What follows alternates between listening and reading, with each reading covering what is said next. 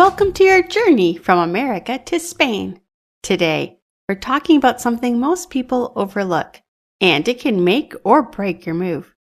When you think about relocating, your focus is usually on what to bring. The furniture, keepsakes, the things that make your house feel like home.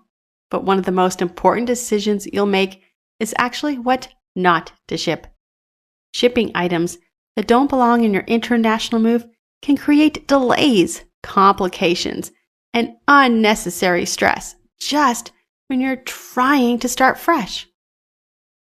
Spain has its own regulations, its own living spaces, and its own systems. What works in America doesn't always translate smoothly.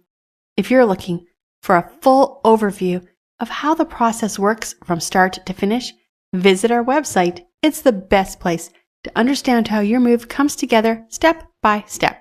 The goal isn't to bring everything. The goal is to bring the right things. A well-planned shipment is simpler, cleaner, and far easier to manage when it reaches Spain. Do you want help deciding what actually makes sense to ship? Give us a call, 844-651-7050, and speak with an SDC relocation specialist today.